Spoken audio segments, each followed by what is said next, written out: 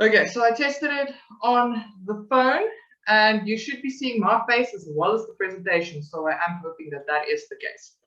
Yes. Yes. Great stuff. All right, so the first thing is this workshop is about wellness and what wellness entails. So wellness is multi-dimensional. That is, so you'll see we'll get to the 8 dimensions. You probably had a quick look at the workbook that I sent out. It's a multi-dimensional and not just merely the absence of disease. So we really want to look at the whole picture. Like, what is our life's purpose? We want to have a meaning in our lives. We want to have that, the feeling of being in love with life.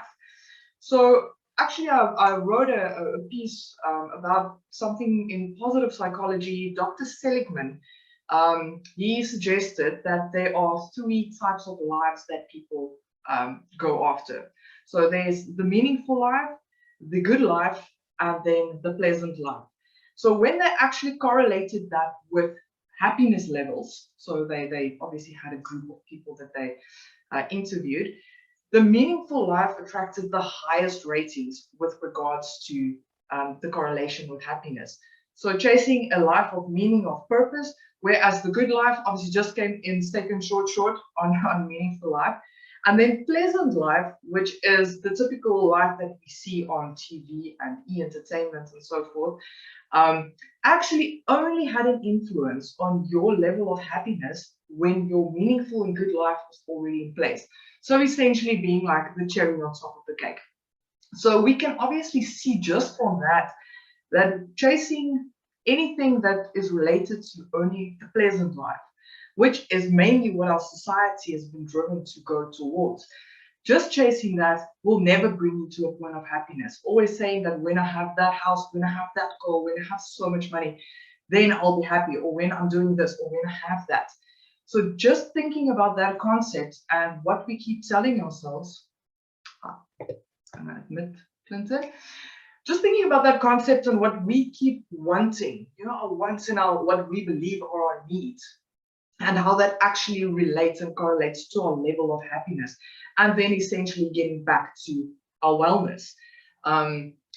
That means that we need to focus more on having a meaningful life and chasing something that is really correlated to our core values and where we find purpose. So what I have here is living with purpose, being in love with life, happiness, meaningful relationships, and a healthy body and environment are all factors that contribute to our holistic wellness. And wellness is a lifelong practice. I think I cannot make this point strong enough. This is a lifelong practice of making decisions towards a more balanced and meaningful life. It's not just something that happens. We consciously make decisions towards wellness. And when we get to an example, you'll see exactly why that plays such a big role. This quote below is something that I have close to my heart, is love yourself enough to strive for the vision. So we'll get to building the vision, but just that love yourself enough to respect yourself enough to give yourself the opportunity to actually live in wellness. All right, so we are click. There we go. Okay, so living in wellness entails an intentional and conscious process. So again, not just something that happens, and personal accountability plays a key role. So I'm not sure if you did in the initial email I sent out that locus of control test. So you're welcome to go back and just go pop into that test. It's an interesting test that they set up. The locus of control, you can either have an internal locus of control or a more external locus of control. So that works on a scale. So it's not something that's opposites or anything like that. And it is something we can flow on this scale. So having a more internal locus of control would entail that you do believe that you have control over the outcome of your life or influence the outcome of your life. So this plays very much hand in hand with accountability. So if you don't believe, let's say you have a more external locus of control and you believe life is just happening to you. Life's not happening for you. Life is just happening to you. Things like everything's happening to you. Life's out to get you. Then immediately in that, inherently, what you are saying is that, I'm not accountable for what's happening in my life. So I'm not going to take accountability. If you don't believe that you can influence the outcome of your life, you're highly likely not going to, you're going to blame shift and you're going to keep putting it out there. It's never me, it's never here. And if you do that, you honestly don't, even if you put up a goal, even if you make a goal and you have this excellent action plan, are you even going to action it? Because you don't even believe that you will be able to influence the outcome of that. So that's where this accountability and locus of control comes into play.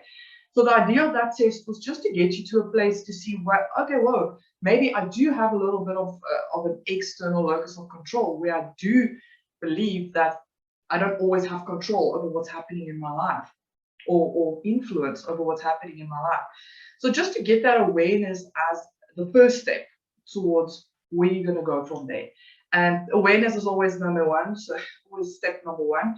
Once you have that awareness, you can start working towards, right, okay, let's start looking for the evidence of where I've had control over my life and where I was able to actually influence the outcome. And start from that point and start building that evidence in your base. All right, so if you have that personal accountability, you'll believe that you have the power to create a more fulfilling life by the choices that you make every day. So this includes a self-defined balance of habits and behaviors. So if you believe that you have influence over the outcome of your life, you'll believe that changing your habits and making different choices every day will be able to influence and change the course of the or whatever journey you are on. All right, moving on. Any questions up to here? I'm talking a lot. Nothing. Cool. So fire frame forward. This is the framework in which I do my sessions. The reason I start with fire is that energy, that burning sensation inside of you, the reason you're getting up, your purpose, your vision. So I think we can all agree that when you start looking back at your life now, the big things that you've been able to accomplish, there was some sort of fire. You had a reason. Let's say, for instance, you wanted to use 10Ks or something like that, or you wanted to go and run a 5K. If the vision was big enough and the fire was strong enough, you would have accomplished that. So just looking from that perspective, with regards to energy, the energy that you physically have to start achieving your goals. So this is where I start with anything and everything. This is why this first week is mainly focused at that vision, at that purpose, and just seeing the big picture and starting to get it more clear, just to get more clarity with regards to your vision. So you need a compelling reason to get up in the morning, your big why. Otherwise, you're just going to fall out of bed and just going to get up, get dressed, get to work, and just come home, eat, go to bed again. So, we all know that cycle. So when the vision, the clearer the vision, the clearer the path will be. So the decisions that you need to make on this path. So if you have a very clear vision, you won't have to guess what choices you need to make to get there. The ideal situation is having this vision and then making every single decision towards that. So as if that vision is here, as if you are that person already, making every single decision as if you're that person. That's how you're going to bring that vision to you. Furthermore, fire consists of your physiology. So that will also include your eating time, exercise, nutrition, which we'll also cover. And then awareness. So a big thing, Dr. Joe Dispenza refers to this as where you place your attention is where you place your energy. So a simple example of this would be worrying about your debit orders at the end of the month. That is placing your attention in the future on something that you don't even know is going to pan out. I mean, it probably hasn't even happened that your debit orders didn't go through yet. So you're putting your attention there. So you can feel immediately when you're focusing on that, you're feeling drained in the present moment. It's because you're putting your attention and your energy into something that's not here right now. Same with past events. So if you are hanging on to a fight that you had with someone or some sort of conflict situation, you had like this moment in the car where you just like screamed at the person who almost ran into you or something. if you keep your attention there, if you focus on that, you keep repeating that story. I mean, you probably tell it when you get to work, you tell it to at least 2 or 3 people, and then you get home tonight and you tell it to another 2 people, and during the day you WhatsApp your friend or whatever about that same event. You keep replaying that exact event, reliving those exact emotions, and essentially putting your energy in that moment and taking it away from this moment. So this is why awareness is extremely important when it comes to your fire and your energy. You need to be able to bring your energy back to you, back to the present moment, because this is where you want to be. Language, obviously, how we talk to ourselves and also how we present ourselves out there. So that's our words, our thoughts. It'll translate into your actions and behaviors as well. Identity. Identity is the last one that I want to touch on with regards to fire. So that is who you believe you are, your core values. I mean, we all have things we say. For instance, I'm a procrastinator or I'm a perfectionist. And then my first thought really goes to, is this true? Is it true that I'm a procrastinator, or is it a behavior that I exhibit when I experience certain emotions? So, I mean, let's say, for instance, I believe now that I tell people I'm a procrastinator, but if I think about it, there are 99% of the tasks that I had to do today, I did as I was supposed to. 1% I procrastinated on. So it's not part of my identity, but I've made it part of my identity. It's actually a behavioral aspect. So when you make something a part of your identity like that, your whole personality will start looking for evidence to support that belief. This is how our personalities work. So whatever belief you have, your body is going to start searching for evidence all around you to start supporting that. Whether it's true or not is irrelevant in this case. All right, the next one, moving on. So when we have our fire established, when we have our reason, when we've sorted out all of our language and all that, we move on to our frame. So our frame would also now include our perception, the perspective, how we view ourselves, as well as how we view our environment and others. This is also where your limiting beliefs will come in, which we all have and we all know them all too well. So your limiting beliefs, when we have the awareness of our limiting beliefs, we are able to start reframing them. Just to see, all right, this is my limiting belief, whatever it may be. I think most of us have a lot of limiting beliefs with regards to what we are able to achieve, as well as maybe finances or anything in that line.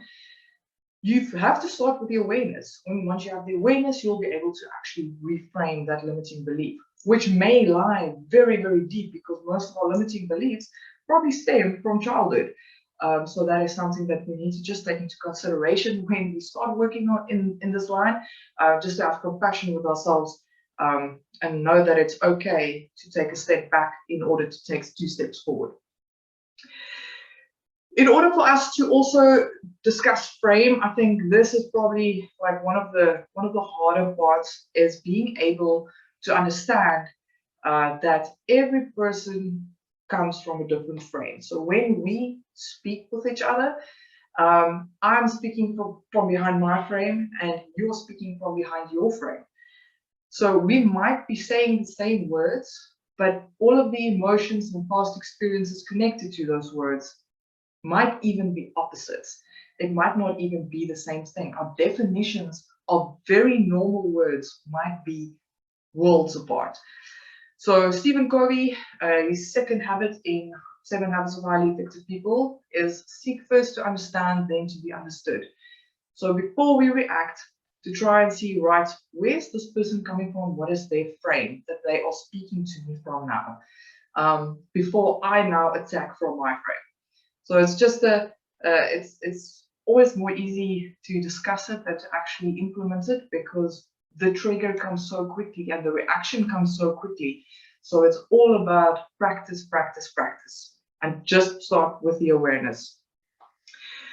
Once we have that, we actually now go to the place of moving forward. So moving forward refers to your goals, your action plan to get to your goals, whatever that may be. It can be SMART goals, which is that specific, measurable, achievable, realistic time. Also, I want to make this amount of money in these amounts of months. or it can be a courageous goal, like I want to be the next visionary to go to space. So either or, whatever that vision or goal is that you have, you're going to need your fire and you're going to need your frame to be in the right state in order for you to actually achieve whatever goal it is that you have. All right. Anything on fire frame forward? Cool. Are you going to talk about how to get more fire? Yes, so getting more fire, so that would be when we just move back to fire. So firstly, the vision, we're going to focus on the vision in this workshop. So that is 100% going to be our focus. So further to that would be in our dimensions, we will be discussing the physical aspect, so nutrition, exercise, and so forth. I do believe that every single person has like unique requirements with regards to what they put inside of their bodies, how much sleep they require, what type of exercise they do. So I'm not going to go into specifics because I do believe that everyone needs to figure this out for themselves. Most of us probably know what it is that we're supposed to put in our bodies. I think most of us, we do have that awareness. It's more the question as to why are we making a decision against that awareness of what we're supposed to be doing. So that is more where the focus for this workshop will be. You can put your plan together when we get to the dimensions with regards to what type of exercise you would incorporate, and what type of nutrition plan you wanna follow, if it's something that falls into your scope. Does that answer it? Okay, cool stuff. Thanks, Luana. All right. Now getting to rewiring. So I know the link apparently didn't work in the video, so I'm going to show the video in a sec about the neurons. So our bodies are wired to work in a specific way. It's supposed to protect us. It's supposed to keep us in a comfort zone, because this is the survival. This is our evolutionary survival mode. This is how our bodies work.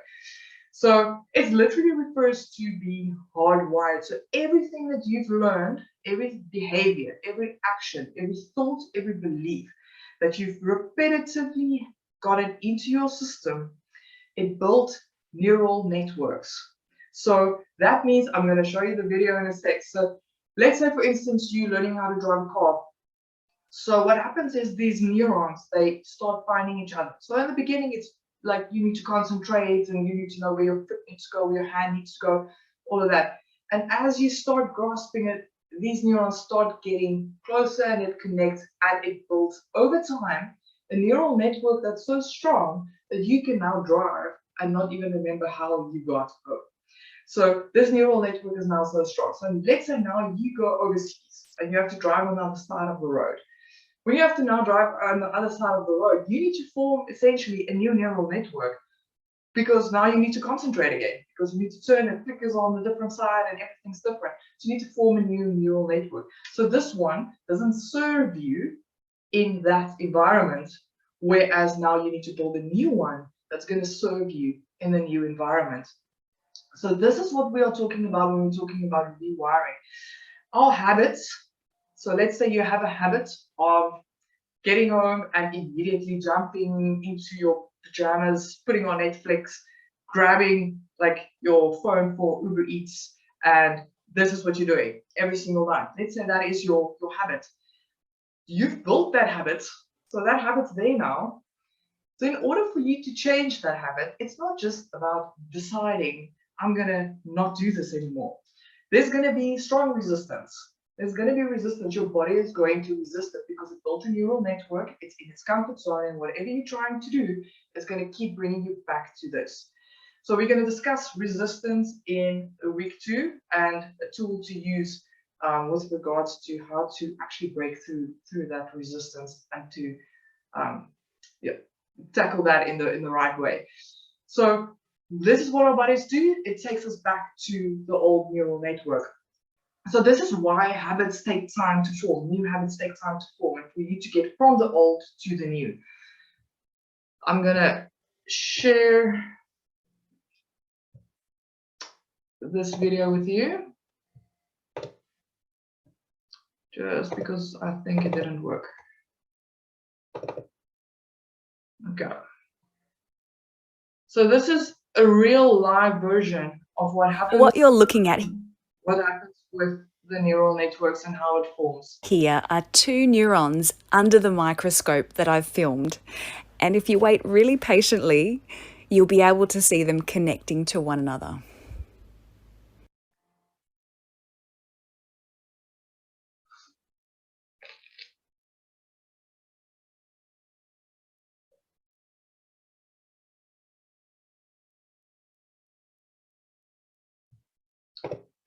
All right.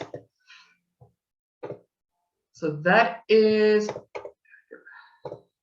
what that looks like in real life. So it looks a little bit slow, but of course it takes time for these habits to form, and it takes time for this neural network to form. So by the time we are 35 years old, 95% of who we are, what we do, what we say, what we believe is hardwired, like this, hardwired. So 5% of what's happening is conscious of what we're doing. So if you are trying to make changes from your 5% conscious mind, you need to, I think they said your subconscious operates at like a 4 million bits per second, whereas the 5% of the conscious mind operates at like 4,000. I stand corrected, but it's absolutely the major difference. So you're trying to change this massive subconscious program with this tiny little program that doesn't even like come close to the network that the big one has. So just from that perspective, we can understand that changing habits is not just about, oh, I want to do it differently. It takes a little bit more effort than that.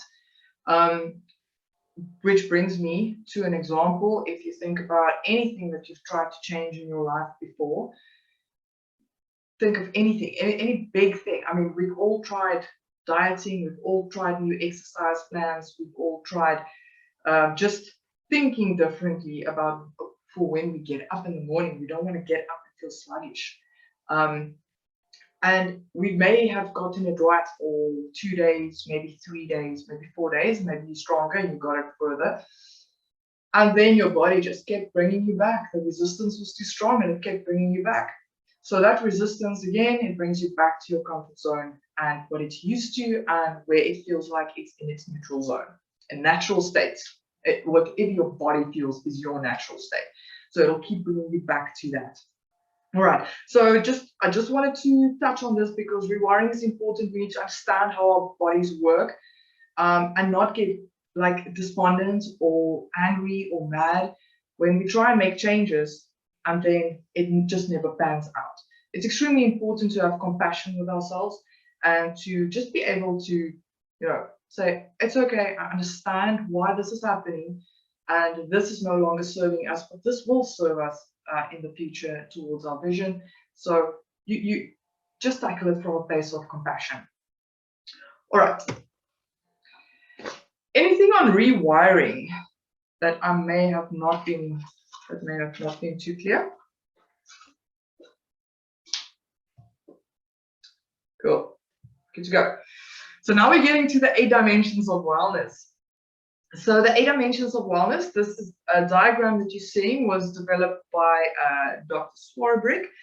And you'll see that it overlaps. The idea with this diagram is the fact that they're all integrated. It's all one system. It's not just emotional or just environmental or just spiritual. They're all connected and they all have an influence on each other. So the 8 dimensions indicate, okay, so the other thing that I want to say on the 8 dimensions is this is a strength-based model.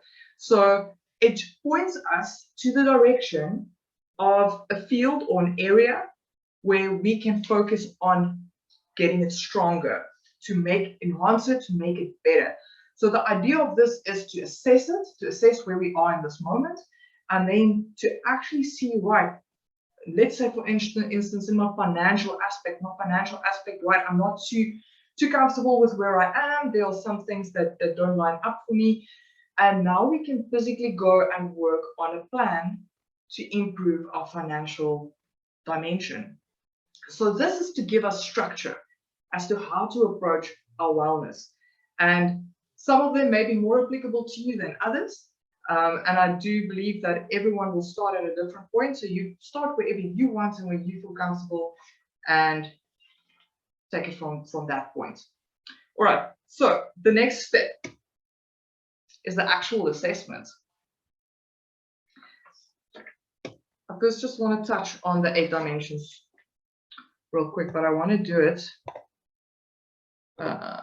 on, if you have your books with you or your booklets, you're welcome to follow along in that. So this is just what I sent you earlier today. So emotional wellness refers to how well we understand our feelings and the expression thereof, our ability to cope with stress and life's challenges, and our ability to adjust to emotional challenges and just to have joy, to enjoy life, just having that flair for it. How this works is you'll see it's tick boxes. This whole thing you're able to do on PDF. Just remember to click Save As and not just close it. Always Save As for it to actually save the information you put in. So it's 1 point, 2 points, 3 points, 4 points when you get to always. And you can just click and you can just tally it up at the bottom just to see what your totals are. There's no better, worse, whatever. It's just a snapshot of where you are now, just to give you an indication of which areas may require a little bit more focus right now compared to others, and where you want to start with building your plan and your vision. Right, so that's emotional wellness. And then it wants to work with me. There you go. Then we have financial wellness. Your financial wellness will refer to your ability to meet your practical needs with the resources that you have, and then also having a sense of being in control of your personal finances.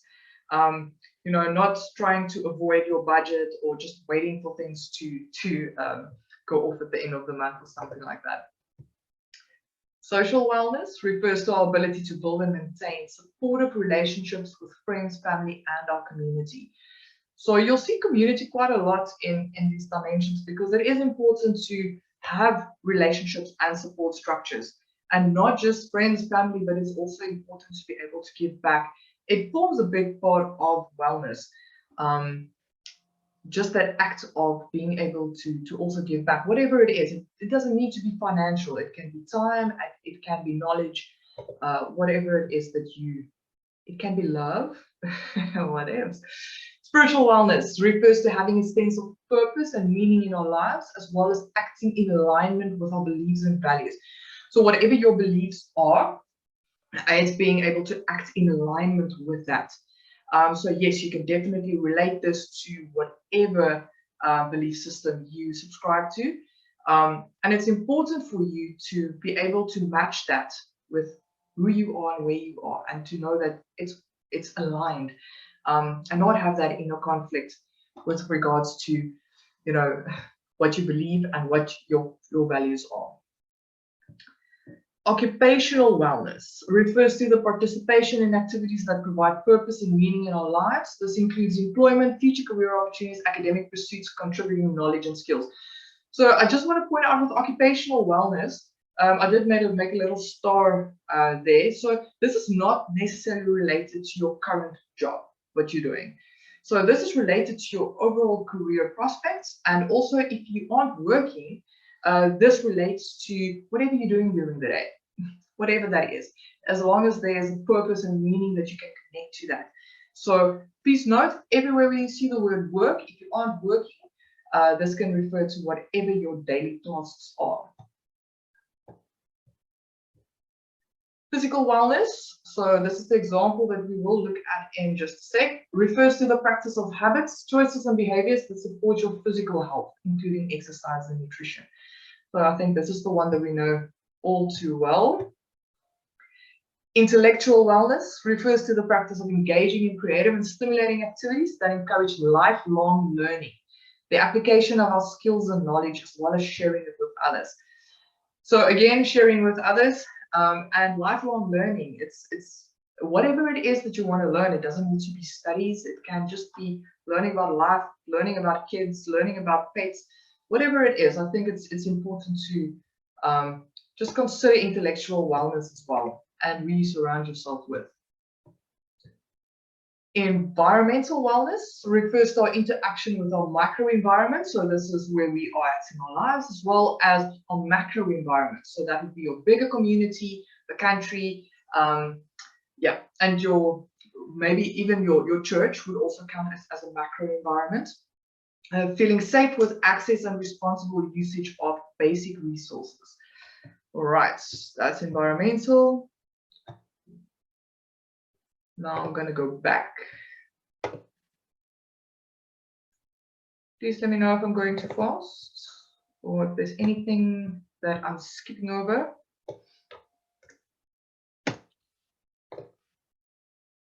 Okay, so what I'm going to ask you to do before next week is to go through the self-assessment and just to go and do it. Don't overthink it. It's a snapshot of where you are now. Just tick the boxes. You don't even have to count the totals. I mean, just tick the boxes and I'll show you the questions afterwards. Just start with it, just to get the juices flowing and just to get you an emotion of thinking about this concept of wellness in all aspects. As an example, let's have a look at physical wellness. So the first one, I exercise at least 30 minutes, 3 to 5 times a week. So if you do that always, then obviously you click always. And if you do it sometimes, sometimes would be, let's say, twice a month, maybe 3 times a month. And rarely, if ever, is anything less than that. So I get enough sleep, I practice good hygiene. That's just a random bunch of questions that I have put together based on three different forms that I went through. So it's the Princeton University, Colorado University, and also Dr. Swarbrick's form. So this is what I felt was relevant for us mainly, because they all come from different perspectives. And this is what came out. So when you go through this, just again, don't overthink it. Just tick it and run with it. The actual work starts with the questions in each dimension. So each dimension will have 5 questions. So firstly, to consider your current strengths. So whatever habits you currently have. So let's say it is exercising 5 times a week. That would be a habit. That is your current strength in this dimension. Maybe a current thought that might be a strength for you is the fact that you believe that you have the opportunities you believe that you have access to organic, natural products to eat with regards to nutrition. And that is something that's important to you. Old habits, behaviors, beliefs, thoughts, and actions will no longer serve me. So that would be anything that you're doing right now that you know of. I mean, you can build on this list as you go along. Anything that you know of right now that is actively going against your physical wellness. Let's say you are drinking every night of the week a bottle of whiskey, something like that. So that might actively be going against your physical wellness. Then the next one is actually where the important one comes in. This is creating your vision. New habits, behaviors, beliefs, thoughts, and actions that will serve you now. So when we think of that, that might be, right, I'm going to start walking around the block 3 times a week. And this is the new habit that I want to start implementing. So this is the vision, like you seeing yourself being this person walking around the block 3 times a week. If you want to go courageous, by all means, go courageous. If it's like, I want to run a 10K marathon, I don't even know, that's not a marathon. I want to run a 10K within 3 months' time, then by all means, go with that. So just there's no rules. Whatever it is that comes up for you, just write it down. And again, don't overthink it. What can I expect if I do not adjust my old pattern? So if you stay with number 2 and never go over to number 3, what lies ahead for you? Like, what will be like? What will the outcome be if you stick to number 2 and never move over to number 3? And number 5, my immediate next step to work towards my vision. No matter how small, I don't get overwhelmed because there are 8 categories. So make it tiny. I mean, let's say, for instance, instead of using the elevator, I'm going to use the stairs. Or instead of doing my 4,000 steps, I'm going to do 4,500 steps. Something like that. Don't go overboard with this one just yet. You can at a later stage, but just keep it non-overwhelming. So that's for each of the 8 dimensions, the self-assessment. Then right at the end, you'll see there's 3 more questions. So again, that quote right there. So Dr. Joe Dispenza is a neuroscientist. He specializes in this type of work, rewiring, and they've done a lot of studies. And what they've found in their studies is that even you contemplating change, this exercise that you will be going through, even just this is already bringing about change in your brain. So it's already bringing about physical change, just the fact that you are thinking about it. So let that be a catalyst to support you in going forward with this. Last 3 questions on this is your future self vision. Just make it broad, it doesn't have to be connected to any of the dimensions. It's just a broad idea. If it's connected to the dimensions, great stuff. Just merge it, write it down. Whatever it is that you feel that you want to work towards. And don't be specific about, like, I want to have this job and have this car and whatever, something like that. The person you want to be. What do you want to feel? How do you want to feel when you wake up every morning? What do you want to, like, look forward to when you get up from bed every day? Also, who do you want to be surrounded with and things like that. So try and get it a little bit more abstract and a little bit more to the emotional feeling side, rather than the action doing side. Who do you need to be today to realize this vision? So who do you need to be today to actually get to that point? So it comes back to what's the tiniest step that you can do today to be there, and just make a decision towards that vision. Number 3, 1 new habit you can implement for the next 3 weeks that will serve your vision. So this can be a little bit of a bigger one than you did for the dimensions. Please let it be sustainable. If you are going to kind of like participate in this, just let it be a sustainable one. Don't choose something that you're going to tap out in like 3 or 4 days. So if it's small change, let it be a small change, but let it be something that you will be able to see through for 3 weeks on that front. Now I feel like walking is too hard. Thanks, Ilona. Thank you for making this optimistic.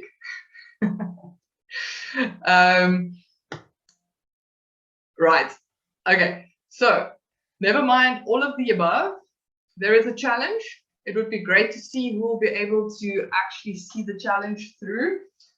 The challenge is to spend 20 minutes every day for the next week up until we meet again, visualizing your ideal future self. So everything that you wrote down, so you don't have to go overboard. Just go read through everything we've done and all of your answers. Just go read through it every single day and see how that gets you up and running. Just focusing on that vision part, the stuff that you want, the person that you want to be. If you can do that, 20 minutes might be too long. You don't even have to do it for 20 minutes.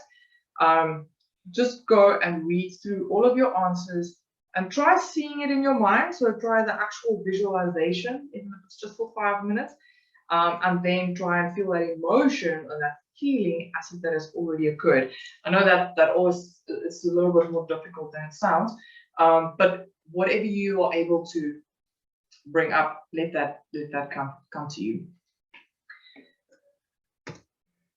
All right, that is the slideshow. Any questions for now? No questions?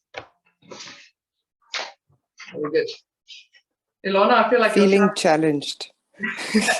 I feel like you need to go for it. Eating should be your challenge. I feel like that's. I feel like that too. My only question is, can my sister join next week? And can I get the notes again, please? Yes, absolutely. So this is being recorded. So I'm going to just shorten the recording a little bit, and then I'll send it to those participants who weren't able to be here. So I'll just forward it to you as well. And the notes. Thank you. Great stuff. All right. So what I want to do now is, let me just get there. If you are able to, this is a 5-minute guided meditation. All right. This is just to give you an idea of what a typical visualization, eventually when you get to this point where you feel like this is something you want to implement in a morning routine. If this is something, this is just an idea to get the juices flowing to see what it's like. So if you are able to run with it right now, just to close your eyes and run with it, it's 5 minutes. That's great. If not, let's just listen to it, and then I can forward it. I will forward it to everyone if you want to give it a go in your personal time, whenever. So yeah, let's just do 5 minutes and then take it from there. Welcome to this meditation. I am so glad that you chose to listen to this meditation and made time to listen to something that will hopefully lift your spirits today. Whether it's in the morning when you need a beautiful start of the day, or the afternoon where you just need a nice reminder of the good things in your life, or it's in the evening when you need to wind down and settle into sleep with positive thoughts. This meditation will hopefully give you that feeling of bliss that we all long for. You can do this meditation while you're on a walk, on the train or subway, even when you're in the car, but I would suggest you to do this meditation seated in a comfortable space where there are no distractions. When you're on the go, try to focus on the words and on your breathing, and imagine along with what I'm saying.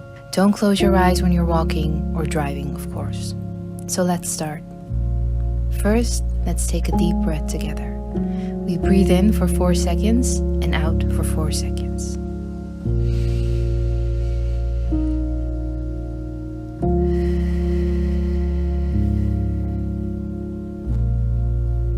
And again.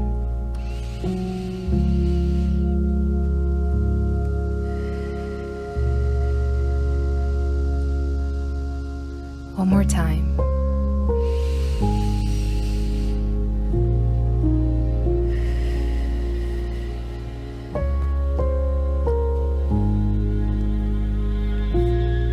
Now go back to your normal breathing.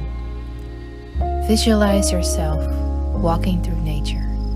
You breathe in the fresh air, hear some birds and the wind through the trees. It is a nice spring day and the weather is just perfect. Your skin feels refreshed. As you walk through nature, you think about your legs that are holding you up so that you are able to walk yourself from one place to another. What a gift that is.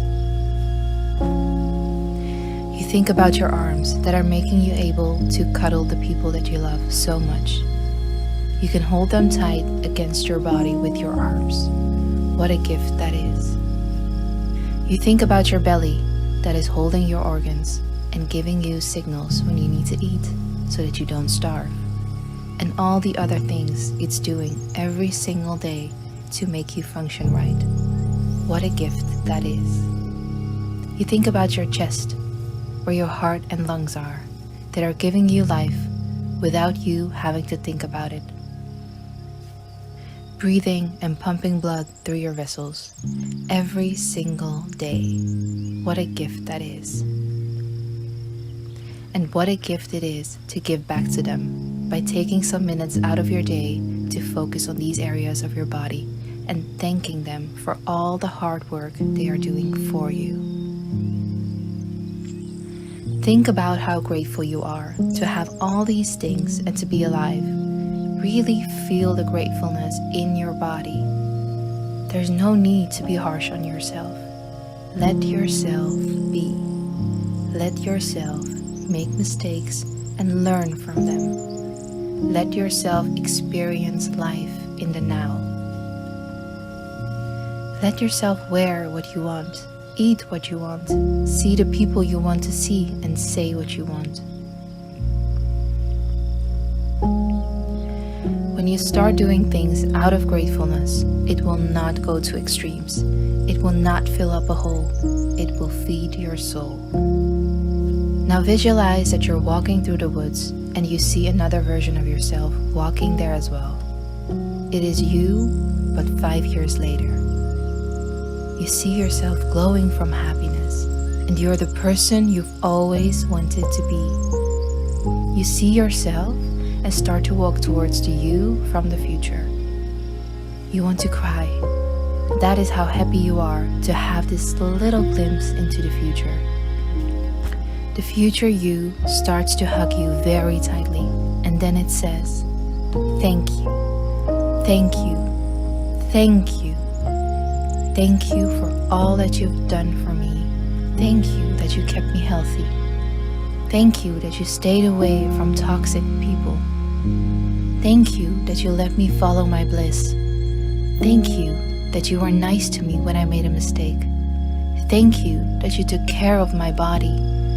Thank you that you enjoyed life and let loose now and then. Thank you that you chose love over fear. Thank you. Thank you." I hope this meditation helps you to see life as the precious gift it is and not be so hard on yourself. It is time to live it, to breathe it, and to enjoy it. Look for the small things in life to be grateful for, and you will end up having so much more.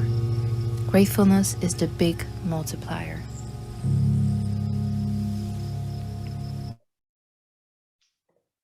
All right. Stop share. There we go. That's a great way to send us all off to bed. All right, guys. So next week we're going to focus on the resistance part. So we're going to focus on resistance and limiting beliefs and take it from there. Any questions? No, Thanks for calling. it was awesome. Awesome stuff, guys. It was great. And get to working on that, on your dimensions. Thanks so much. All right. Bye, everyone. Thank you very much. Bye. Thank Bye. you. Bye.